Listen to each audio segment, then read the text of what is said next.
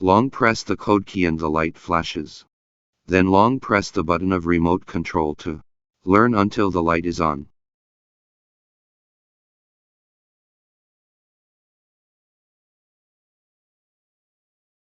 Long press the code key for about 8 seconds, until a long beep to delete the remote controls.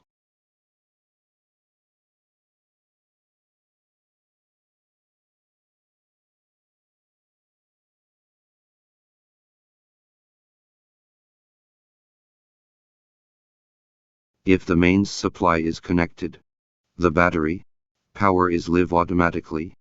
If the battery power is connected before the mains supply, it needs to press the backup battery button to start it.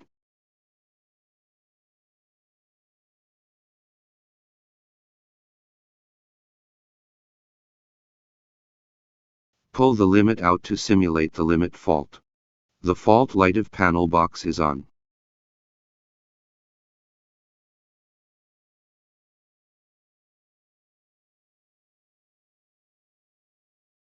Short connect the COM and up street DW points to test the up stop down controls.